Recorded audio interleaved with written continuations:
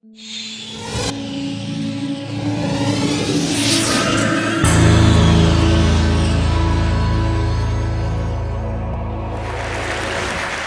machine, which we all have, residing in our skulls, it reminds me of an aphorism of a comment of Woody Allen that asks about what's the very best thing to have within your skull, and it's this machine.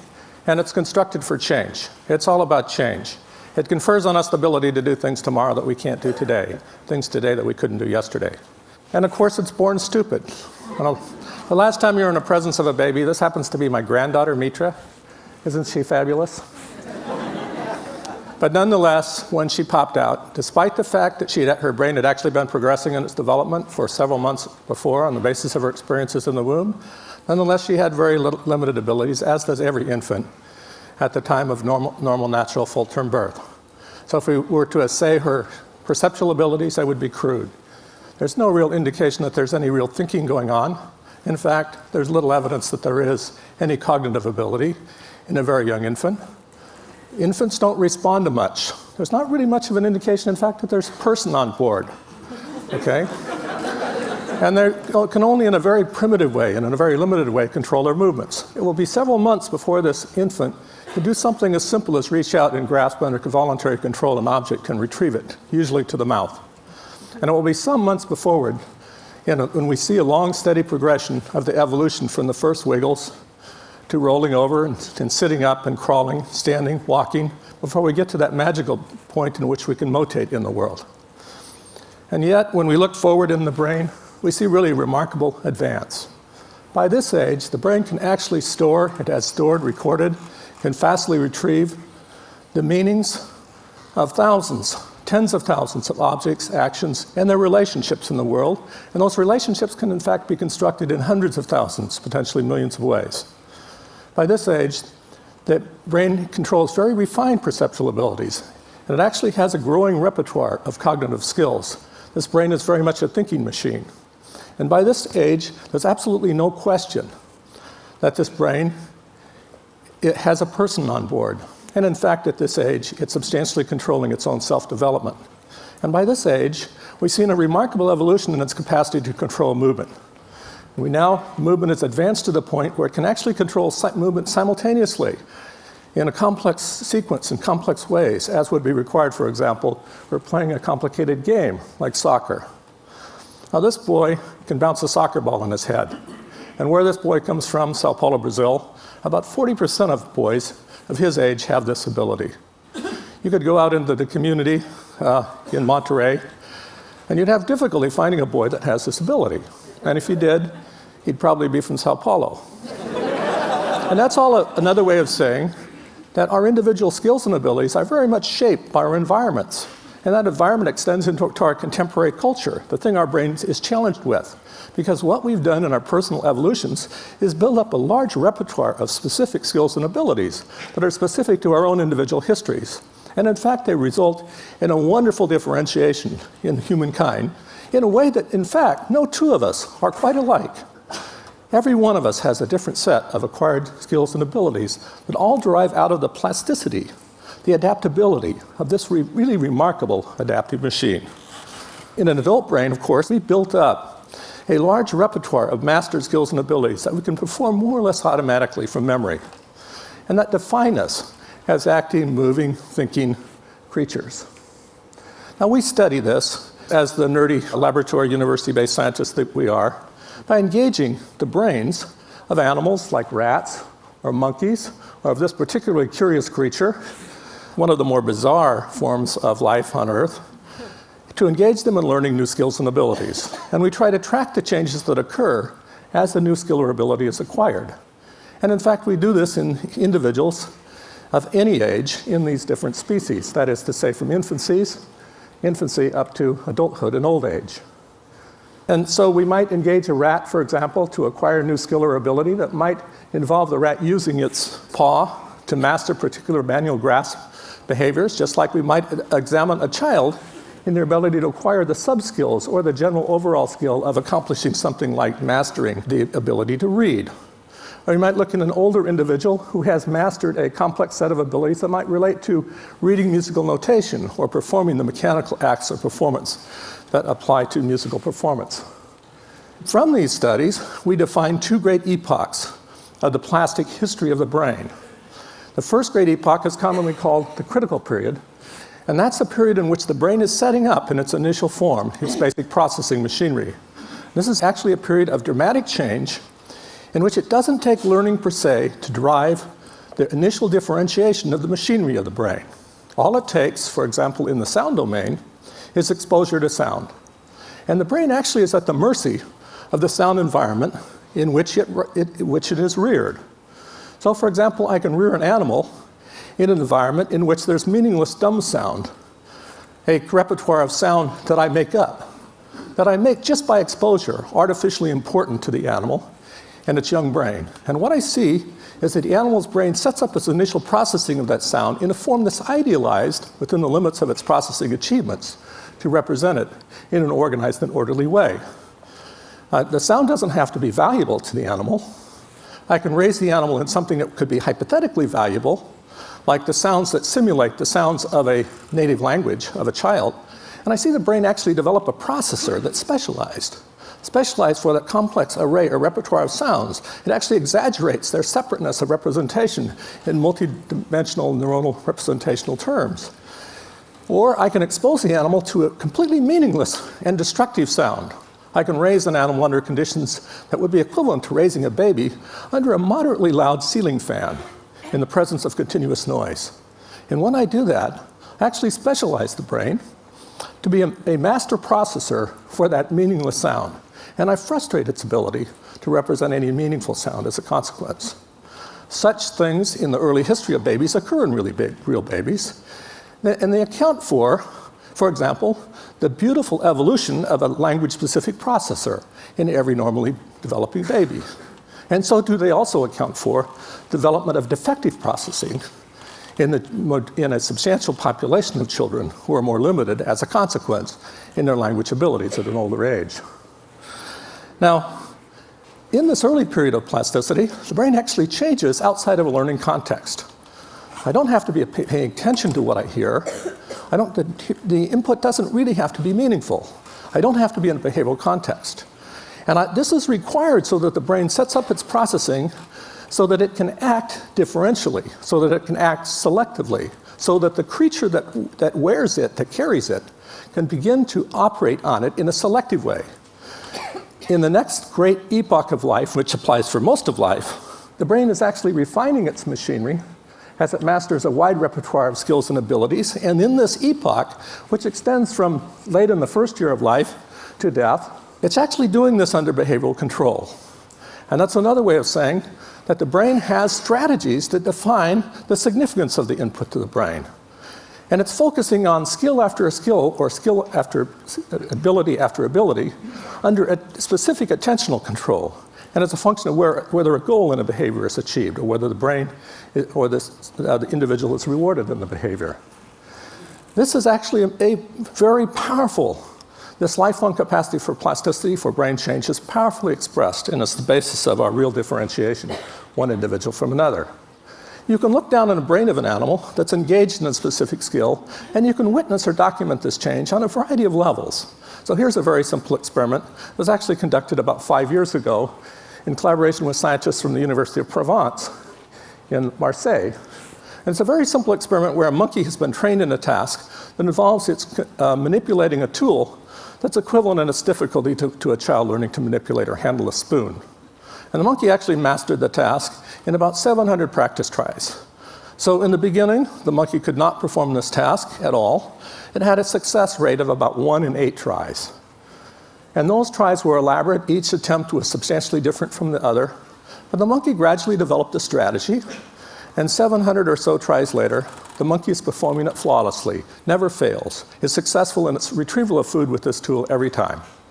And at this point, the task is being performed in a beautifully stereotyped way, very beautifully regulated and highly repeated trial to trial. We can look down on the brain of the monkey, and we see that it's distorted. We can track these changes and have tracked these changes in many such behaviors across time. And here we see the distortion reflected in the map of the skin surfaces of the hand of the monkey. Now, this is a map down on the surface of the brain in which, in a very elaborate experiment, we've reconstructed the responses, location by location, in a highly detailed response mapping of the responses of its neurons. And we see here a reconstruction of how the hand is represented in the brain. We've actually distorted the map by the exercise, and that's indicated in the pink. We have a couple fingertip surfaces that are larger, and these are the surfaces the monkey's using to manipulate the tool. If we look at the selectivity of responses in the cortex of the monkey, we see that the monkey has actually changed the filter characteristics, which represents input from the skin of the fingertips that are engaged. In other words, there's still a single, simple representation of the fingertips in this most organized of cortical areas of the surface of the skin of the body the monkey has, like you have. And yet now it's represented in substantially finer grain. The monkey's getting more detailed information from these surfaces. And that is an unknown, unsuspected, maybe by you, part of acquiring the skill or ability. Now, actually, we've looked in several different cortical areas in a monkey learning this task. And each one of them changes in ways that are specific to the skill or ability. So, for example, we can look to the cortical area that represents input that's controlling the posture of the monkey. We look in cortical areas that control specific movements and the sequences of movement that are required in the behavior and so forth. They're all remodeled. They all become specialized for the task at hand. There are 15 or 20 cortical areas that are changed specifically when you learn a simple skill like this. And that represents in your brain really massive change. It represents the change in a reliable way of the responses of tens of millions, possibly hundreds of millions of neurons in your brain. It represents changes in hundreds of millions, possibly billions of synaptic connections in your brain. This is constructed by physical change. And the level of the construction that occurs is massive. Think of the changes that occur in the brain of a child through the course of acquiring their movement behavior abilities in general, or acquiring their native language abilities. The changes are massive. What it's all about is the selective representations of things that are important to the brain. Because in most of the life of the brain, this is under control of behavioral context. It's what you pay attention to. It's what's rewarding to you. It's what the brain regards itself as positive and important to you. It's all about cortical processing and forebrain specialization. And that underlies your specialization. That is why you, in your many skills and abilities, are a unique specialist. A specialist that's vastly different in your physical brain in detail from the brain of an individual 100 years ago. Enormously different in the details from the brain of the average individual 1,000 years ago. Now, one of the characteristics of this change process is that information is always related to other inputs or information that's occurring in immediate time, in context. And that's because the brain is constructing representations of things that are correlated in little moments of time and that relate to one another in little moments of successive time. The brain is recording all information and driving all change in temporal context. Now, overwhelmingly, the most powerful context that's occurred in your brain is you. Billions of events have occurred in your history that are related in time to yourself as the receiver, or yourself as the actor, yourself as the thinker, yourself as the mover. Billions of times, little pieces of sensation have come in from the surface of your body that are always associated with you as the receiver, and that result in the embodiment of you. You are constructed, yourself is constructed from these billions of events. It's constructed, it's created in your brain, and it's created in the brain by physical change. This is a marvelously constructed thing that results in an individual form because each one of us has vastly different histories and vastly different experiences that drive into us this marvelous differentiation of self, of personhood. Now, we've used this research to try to understand not just how a normal person develops and elaborates their skills and abilities, but also try to understand the origins of impairment and the origins of differences or variations that might limit the capacities of a child or an adult. I'm going to talk about using these strategies to actually design brain plasticity-based approach to drive corrections in the machinery of a child that increases the competence of a child as a language receiver and user, and thereafter as a reader. And I'm going to talk about experiments that involve actually using this brain science, first of all, to understand how it contributes to the loss of function as we age, and then by using it in a targeted approach, we're going to try to differentiate the machinery to recover function in old age. So the first example I'm going to talk about relates to children with learning impairments. And we now have a large body of literature that demonstrates that the fundamental problem that occurs in the majority of children that have early language impairments and that are going to struggle to learn to read is that their language processor is created in a defective form. And the reason that it arises in a defective form is because early in the baby's brain's life, the machine process is noisy. It's that simple. It's a signal-to-noise problem, okay? And there are a lot of things that contribute to that. There are numerous inherited faults that can make the machine process noisier.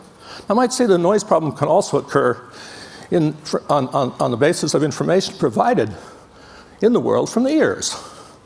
If those of you who are older in the audience know that when I was a child, we understood that a child born with a cleft palate was born with what we called mental retardation. We knew that they were going to be slow cognitively. We knew they were going to struggle to learn to develop normal language abilities. And we knew that they were going to struggle to learn to read. Most of them would be intellectual and academic failures. That's disappeared. That no longer applies. That inherited weakness, that inherited condition has evaporated. We don't hear about that anymore. Where did it go? Well, it was understood by a Dutch surgeon about 35 years ago that if you simply fix the problem early enough, when the brain is still in this initial plastic period, so it can set up its machinery adequately in this initial setup time in a critical period, none of that happens. And what are you doing by operating on the cleft palate to correct it? You're basically opening up the tubes that drain fluid from the middle ears, which have had them reliably full. Every sound the child hears uncorrected is muffled. It's degraded. The child's native language in such a case is not English. It's not Japanese. It's muffled English. It's degraded Japanese. It's crap. And the brain specializes for it. It creates a representation of language crap. And then the child is stuck with it. Now, the crap doesn't just happen in the ear. It can also happen in the brain. The brain itself can be noisy. It's commonly noisy. There are many inherited faults that can make it noisier. And the native language for a child with such a brain is degraded. It's not English. It's noisy English. And that results in defective representations of sounds, of words, not normal, a different strategy, by a machine that has different time constants, different space constants. And you can look in the brain of such a child and record those time constants. They're about an order of magnitude longer, about 11 times longer in duration on the average than in a normal child. Space constants are about 3 times greater. Such a child will have memory and cognitive deficits in this domain. Of course they will. Because as a receiver of language, they're receiving it and representing it in an information that's representing crap. And they're going to have poor reading skills because reading is dependent upon the translation of word sounds into this orthographic or visual representational form. If you don't have a brain representation of word sounds, that translation makes no sense. And you're going to have corresponding abnormal neurology, and then these children increasingly, in evaluation after evaluation, in their operations in language and their operations in reading, we document that abnormal neurology. The point is that you can train the brain out of this. And the way to think about it is you can actually refine the processing capacity of the machinery by changing it. Changing it in detail. It takes about 30 hours on the average. And we've accomplished that in about 430,000 kids to date. And actually, probably about 15,000 children are being trained as we speak. And actually, when you look at the impacts are substantial. So here we're looking at the normal distribution. And what we're most interested in is these kids on the left side of the distribution. This is from about 3,000 children. And you can see that most of the children on the left side of the distribution are moving into the middle or the right. This is in a broad assessment of their language abilities. This is like an IQ test for language. The impact in the distribution, if you trained every child in the United States, would be to shift the whole distribution to the right and narrow the distribution. And this is a substantially large impact. Think of a classroom of children in the language arts. Think of the children on the slow side of the class. We have the potential to move most of those children to the middle or to the right side. In addition to accurate language training, it also fixes memory and cognition, speech fluency and speech production, and an important language-dependent skill is enabled by this training, that is to say reading. And to a large extent, it fixes the brain. So you can look down in the brain of a child, in a variety of tasks, as scientists have at Stanford and MIT and UCSF and UCLA and a number of other institutions, in children operating in various language behaviors or in various reading behaviors. And you see, for the most extent, for most children, their neuronal responses, complexly abnormal before you start, are normalized by the training. Now, you can also take the same approach to address problems in aging, where, again, the machinery is deteriorating. Now, from competent machinery, it's going south. Noise is increasing in the brain, and learning modulation and control is deteriorating. And you can actually look down in the brain of such an individual and witness a change in the time constants and space constants with which, for example, the brain is representing language again. So just as the brain came out of chaos at the beginning, it's going back into chaos in the end. And this results in declines in memory, in cognition, and in posture, mobility, agility. And it turns out you can train the brain of such an individual, this is a small population of such individuals, train equally intensively for about 30 hours. These are 80 to 90-year-olds. And what you see is substantial improvements of their immediate memory, of their ability to remember things after a delay, of their ability to control their attention, their language abilities, their visual spatial abilities. The overall neuropsychological index of trained individuals in this population is about 2 standard deviations. That means if you sit on the left side of the distribution, and I'm looking at your neuropsychological abilities, the average person has moved to the middle or the right side of the distribution. It means most people that are at risk for senility, more or less immediately, are now in a protected position. My issues are to try to get to rescuing older citizens more completely and in larger numbers, because I think this can be done in this arena on a vast scale. And the same for kids. My main interest is in how to elaborate this to science to address other maladies. And I'm specifically interested in things like autism and cerebral palsy, these great childhood catastrophes, and in older age conditions like Parkinsonism and other acquired impairments like schizophrenia. Your issues, as it relates to the science, is how to maintain your own high-functioning learning machine. And of course, a well-ordered life in which learning is a continuous part of it is key. But also in your future is brain aerobics. You get ready for it. It's going to be a part of every life, not too far in the future, just like physical exercise is a part of every well-organized life in the contemporary period. And the other way that you'll ultimately come to consider this literature and the sciences is important to you is in the consideration of how to nurture yourself. Now that you know, now that science is telling us that you are in charge, that it's under your control, that your happiness, your well-being, your abilities, your capacities are capable of continuous modification, continuous improvement, and you're the responsible agent and party.